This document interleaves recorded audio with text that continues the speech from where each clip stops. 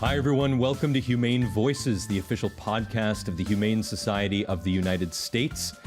Carrie and Austin here talking about a recent story that has seemed to got news coverage and covered in every possible news outlet. A cougar living in a New York City residence. And so that got us thinking about the role of media coverage and how it impacts animals and the work that we do at the Humane Society of the United States. So we get to unpack this story a bit as we get to talk with Kelly Donathan, Director of Animal Disaster Response for the Humane Society family of organizations, and Rodi Rosenzweig, Senior Principal Strategist of Media Relations for the Humane Society of the United States. They joined the show today. Thank you so much, both of you, for sitting down to chat with us. We're really glad that you're here. Thank you for having us. Absolutely. So Kelly, I want to start with you, since you've been on the scene with dozens and dozens of animal rescues all around the world, and you were on the scene and helped remove the cougar from the residence. Can you tell us kind of a short version of what happened firsthand? Yeah, absolutely. So this situation transpired when the owner decided that they realized that having a cougar in a small apartment or any sort of domestic home is not appropriate. So they had reached out to the sanctuary down in Arkansas, Turpentine Creek Wildlife Refuge, and started to explore the option of whether or not they could place their animal. And so being in New York, where it is illegal to have a cougar, the sanctuary reached out to me. I've worked with them many times, and they asked if I could continue to work with the owner directly so that we could achieve this as safely as possible, recognizing obviously the huge public safety risk with the animal being now 11 months old. And so we worked with the authorities and with the owner directly to coordinate a surrender of the cougar. So on the scene, basically, I met with the family who had the cougar at their home at one of the residences where the cougar was often kept at. She arrived in a dog crate in the cage. And while I attempted to try to encourage that we keep the animal contained, they did bring her out on a leash, which did, it was just a lot of focusing on what was going on around us. Neighbors walking dogs down the street and things like that, trying to maintain as much safety as possible. We didn't have any uniformed law enforcement or emergency services right there. They were very close by, waiting for any request if necessary, but I felt like it was probably best to try to keep the situation as calm as possible.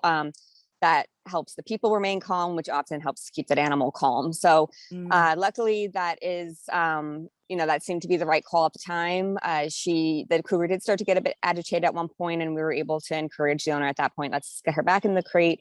We were waiting for another family member to come say goodbye.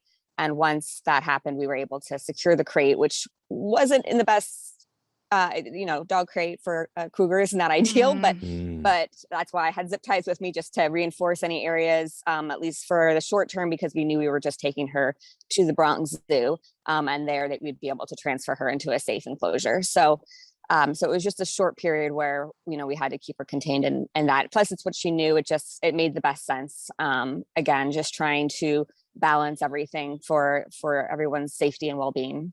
Kelly, it's really, you mentioned that this is, keeping a cougar is illegal in New York City. I mean, is it not illegal in a whole lot of other places? I mean, yeah, surprisingly, it is not illegal everywhere. So it's really difficult to know sometimes, and this makes it challenging for law enforcement and everybody, because there's such a patchwork of laws across the United States, both at the state level and then even further down.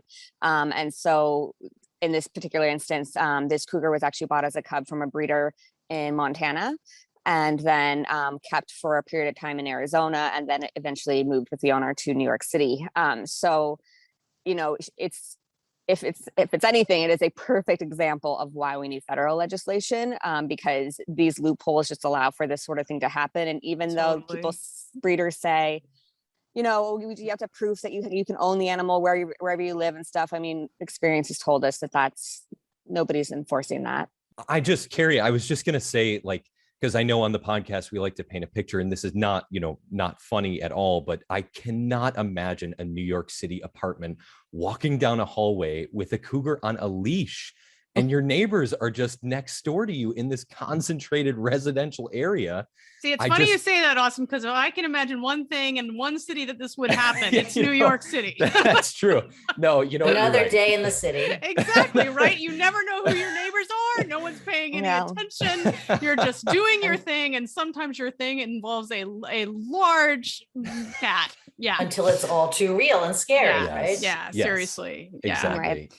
I was really curious, Kelly. I mean, one of the things that I was wondering about, I don't know if you got a chance to talk to the former owner at all, because it, like we hear a lot in the animal sheltering world or in the pet universe about, people who adopt like a teacup pig or a dog or an animal that they're told is going to stay small and manageable and cute, and then they find that they're completely unprepared. I mean, did you have a sense that this person had gone into it, well informed, ill-informed? I mean, what did you see there?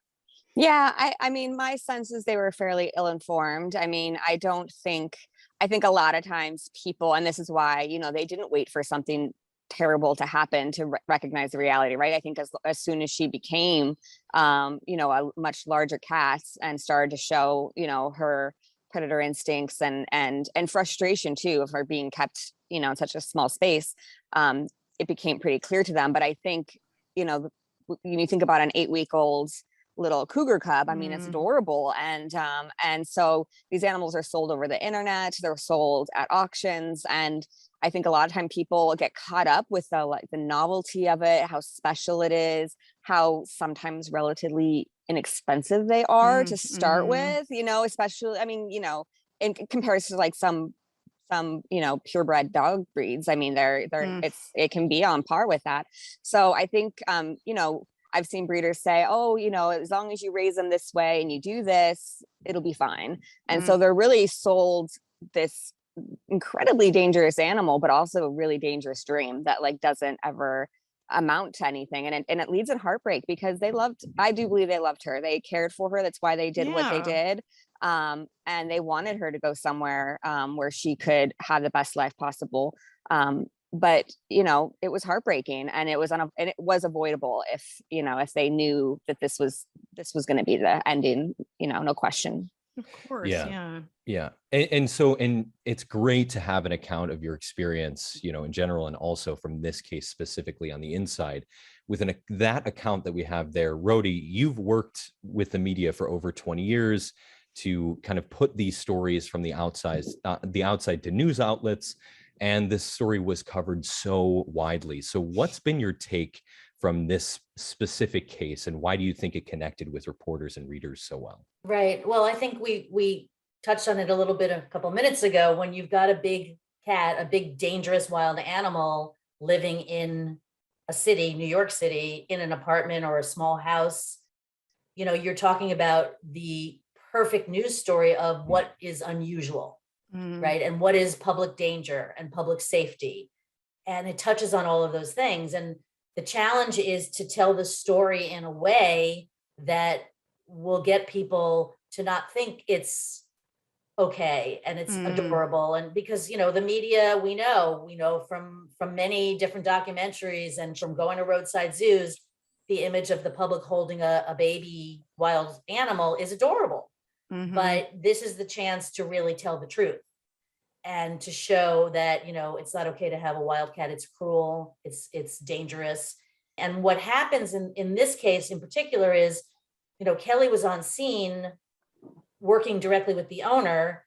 The New York City Police Department was involved quietly at that point, and the New York State Department of Environmental Conservation was also involved, as well as the sanctuary where the cougar was going, and the Bronx Zoo, which was the temporary space to keep the cougar safe. So, part of the story is how and I think really one of the most important parts of this particular story is how many important organizations were working together to save the life of one animal. Yes. And so when a story has a face like that and a collaboration like that, it must be really important. And we want people to know that, that people are getting together to figure out a way to not only get this animal out safely, but without injury to the animal, to the public, and a safe journey to its happily ever after. And so I think that's what resonates as it's playing out. And it's something that we need to make sure is told correctly, because, a lot of news people are most news people are responsible and they want to tell the right story. But there are people out there who just rush at the news desk. And, a lot of people were saying it was a tiny apartment, but that wasn't the whole story. There was a home, in another borough that was not a tiny apartment. It still wasn't okay. It was definitely not okay, but the facts need to be correct. Yeah. And ultimately, if the story is right, people will hopefully listen. If we deliver the information correctly, if the reporters cover it correctly, then we're being responsible and we're doing the right thing for animals. I think one of the things that you and the team do so well, Rhodey, is helping the media cover it in a way that it's not just sort of like, oh, here's a weird thing that happened, and like, isn't this a weird, bizarre thing with a big cat in an apartment, but also sort of connecting that to the bigger picture of what's going on for these large animals who are kept in inappropriate spaces more broadly. Yes, it's very easy for a reporter to capture a photo or do a quick, tweet about the cougar on the leash under the Throgs Neck Bridge, walking in the park, or walking on the streets of Manhattan. That doesn't tell the story. It doesn't do anything for that animal. It's just an interesting piece of gossip or, flashy news, but it doesn't do what we need it to do. So our role in public relations and media relations is to properly educate through facts and through an ethical description of why this really matters and who is involved. So the cougar's there, and then, oh, I want to get one too, could be the immediate response. And when you're working with our rescue team and somebody like Kelly, who's just able to feed me the right information, the accurate information and the facts, my job is to take those facts and make it palatable for the media so they get it right, and not to make it complicated. Sure. Not to make the media's job difficult, because a lot of people do that. They give them too much information, and then they just pick what sounds good, and they don't really have a sense of what's needed. They just want to get it out there. Like everybody's has too much stuff going across their desk, especially news reporters, especially in a city like New York. And so, the job of the relationship with the media person and the person on scene is so important, because I can get all the information and figure out how to best tell it in the most succinct way, where they're going to make sure to tell the story the right way that's going to help the animal. Yeah. And it's a huge testament, again, I think, to the animal disaster response team, to Kelly's team, to how, because this story could have ended very differently if it wasn't handled correctly. It really could have, for the cat and the people around the apartment. Kelly, talking about public safety, first of all, what other animals in your experience have you seen living in, particularly unique or weird situations like this? And how much does public safety play into cases like this with your team? Yeah. Worked with tigers and bears and venomous snakes and all kinds of, really dangerous animals that are being kept either, as pets or really, really bizarre. I've taken a tiger out of a Christian children's camp once that was being kept there as part of their nature experience. And so, sometimes you're just like, I don't know where people thought this was a safe or good idea. But it plays a huge role, especially with working with, authorities and law enforcement, because they'll, when it comes to public safety, they're obviously going to want to be involved. And they're not trained to work with these animals. So that adds sometimes another level of like danger at times. So trying to keep everybody safe and do the right thing that still ends well for the animal. That's something that our team does a lot of, even with, sometimes domesticated animals as well. So, it takes a lot of, as Rhodey was saying, prior to the media part of it, it's a lot of collaboration and building trust and trying to have that clear communication and be prepared for what, things not going well. So. Kelly, can you tell us a little bit, how did this compare to some of the other situations you've dealt with or know about where, an animal was living in a home or another situation that was really not environmentally appropriate for that animal. Like, do you see this a lot? I mean, is it just things like cougars, or are we talking about all kinds of species? Yeah, I mean, the big cats, obviously, they're still finding their ways into people's homes, and it's definitely an immediate issue, a big problem. But we're seeing really commonly are the smaller cats. So other wild cats that maybe don't get quite as large, but still get to be about, can be up to 40 or 50 pounds, like servals or caracals. So these cats are on the smaller end. It doesn't mean that they don't still pose a danger, and it definitely doesn't mean that they belong in our homes. They're still wild, but we see them being bred and sold in a lot of places. They're also bred with domestic cats, so they create hybrids, and depending on that generation, can still have severe consequences in the home for people and the animal.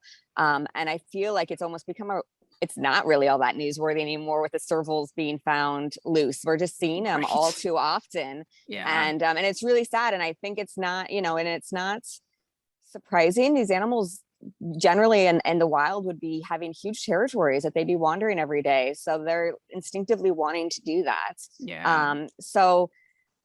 But yeah, I mean, it's unfortunate still how common a lot of exotics are out there, and these wild animals, and again being told that it's okay, and that it can be, especially if it's easy enough to get them, and enforcement or laws aren't doing enough to protect them. Yeah, I mean, sometimes the size of the animal is really not in play. I mean, we've got, I've got a 6-pound Chihuahua who I barely think belongs in a home. Like, he's a danger to my ankles every single day. So I can imagine a 40, 50-pound serval would be a whole other situation.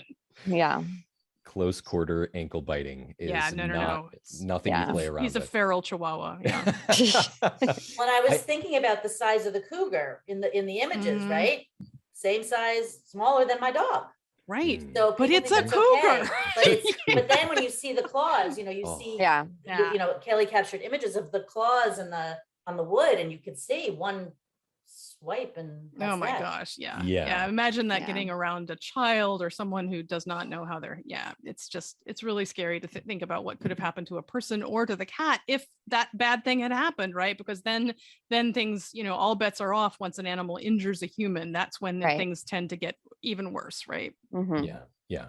And with a story like this, something I really appreciate from this conversation is it's not, it wasn't a casting blame on one bad actor. It was, you said the family loved this animal, and they were just served misinformation.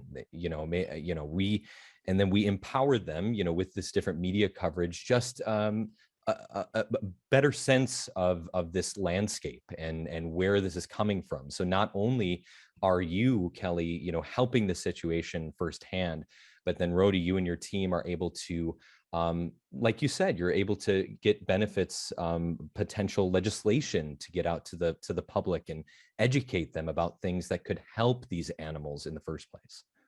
And Kelly was super, superstar with making sure to protect this, any kind of hatred towards somebody who owns this, owns an animal, and particularly this woman, because she established a relationship with her, and the woman was doing the right thing.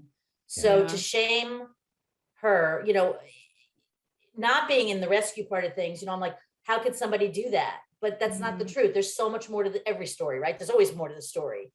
So, is the breeder, and Kelly was working on educating people and spoke to reporters, when we set up interviews for her, explained that there are many levels to this. It's not just the victim and owner, because she is a victim. That's what Kelly was explaining. She thought this was going to be her next pet, and bad decision, but a breeder convinced her of that. So that was important to get that message out, because we don't want to be, in our messaging, we can't tell other people who are thinking about, oh my God, this is too much for me. I have this cub and now I can't handle it. We don't want those people to be ashamed or embarrassed to make that call and say, I did the wrong thing and somebody please help me.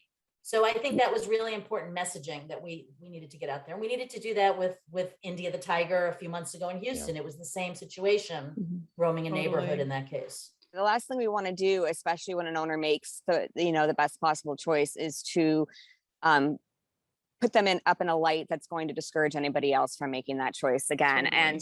And it also doesn't really help anything. I mean, if people think they're the bad guys and we got them, then the problem's over. And that's not the truth, right? It's the trade, it's the breeders, it's the lack of legislation. So it really doesn't actually achieve anything anyways.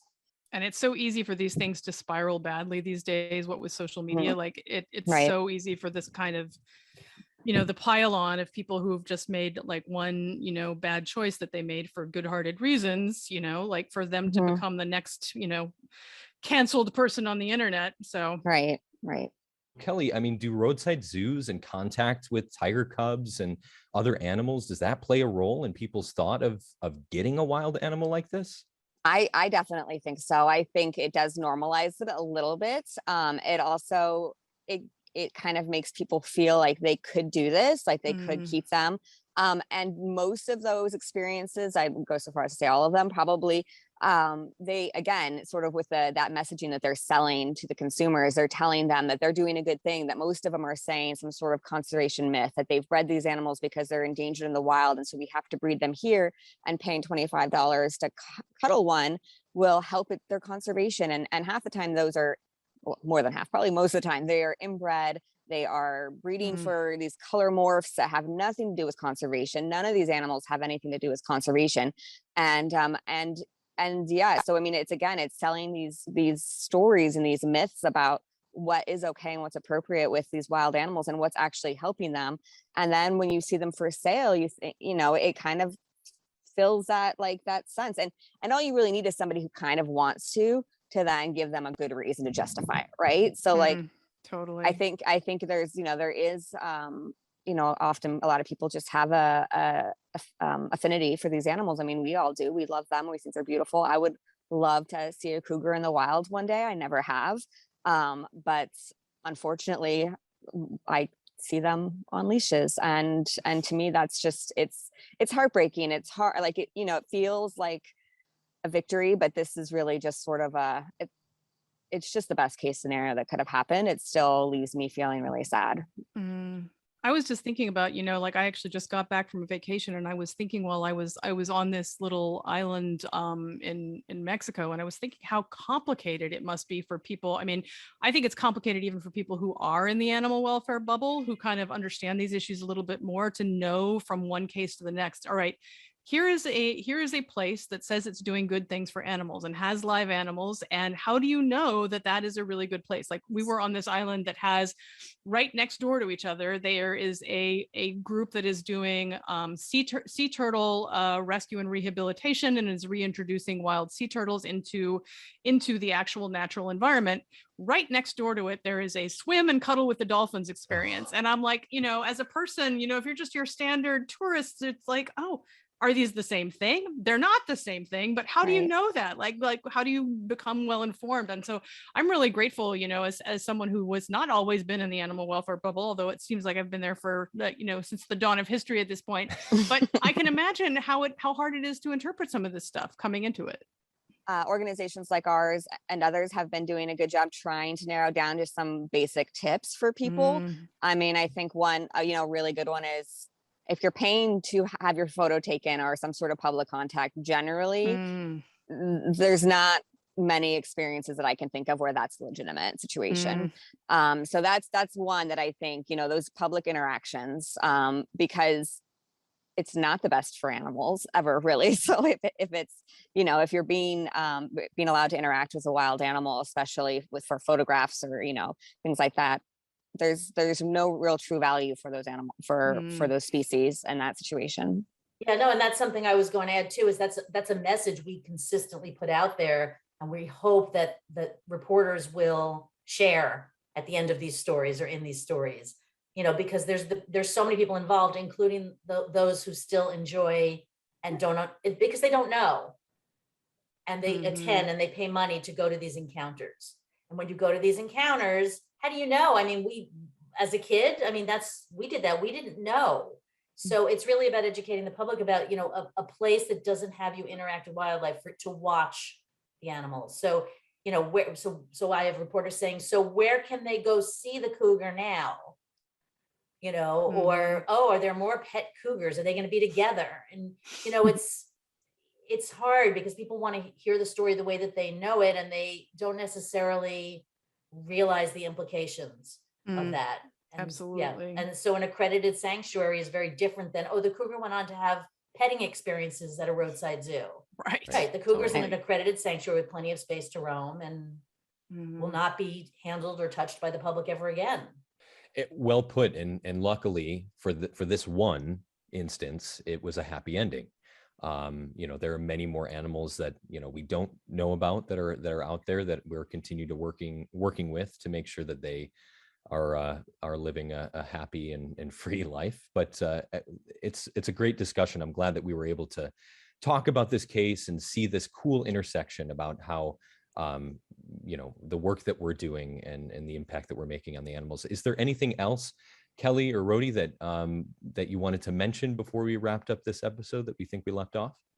I think one of the things that, and Kelly may want to, of course, touch on this or not, but one of the things is that everybody has a camera now, and everybody's a reporter, and everybody's got a platform. So, you know, if somebody was in the area where the cougar was taken out and surrendered, the story could have gone very differently. And possibly irresponsibly. I mean, the wonderful thing about social media is that people who really care about animals want to spread the word and want to help animals and want to reach out to lawmakers and make a difference and want to take action and volunteer and do all the right things. But there are those times where people go a little bit rogue and they see stuff and they can't wait to share it with their friends and their family because it's so interesting and odd. And so, you know, reporters it's a loose word now because there are reporters who it's their profession. We're and all there reporters. And we're all reporters because we all have a platform now. So, you know, in this case, I mean, we saw that with, again, in Houston with the tiger roaming, there was stuff on Twitter immediately before anybody could tell that story. Cougar's gonna, you know, tiger's going to, you know, eat a child, tiger's going to get shot, and it was horrible because it was just out of control. So I just wanted to add that. Kelly, when it comes to our listeners, we're always looking at things that we can do to help animals and make an impact individually. Are there things that we can do that come out of this story? Yeah, I mean, well, I think obviously don't buy a cougar. Good step one. Good. Step one, don't buy the cougar. Yeah, that's always, you know, needs to be said. But definitely, I think, I mean, this is the reason why the media coverage on this was so important as well, is because it was, like I said earlier, just so clear that like without any true federal legislation, these things will keep happening. And so the Humane Society of the United States has been working with a lot of other organizations on the Big Cat Public Safety Act, which is legislation that will ban, like across the whole country, will ban the breeding and private ownership of these big cats. There's a lot more details and things that go into it, so which we probably don't have time to talk about now, but I think I would really encourage listeners to go and look that up and learn about it and see how they can support that through contacting their congressmen and women to ask them to vote for this and to get it into law. We've been trying for years, and it's just really needs to happen, or we will continue to have these situations and they won't all end well. So we really need public support for this. Perfect. Well, thank you both so much again for a great discussion. Kelly Donathan, Director of Animal Disaster Response for our family of affiliates, and Rhodey Rosenzweig, Senior Principal Strategist of Media Relations for the Humane Society of the United States. Thank you again so much. That's all we have for today's show. To find out more info about how we're continuing to ensure that wild animals stay in the wild, you know where to find us, humanesociety.org. We'll see you next time on Humane Voices. Thanks again.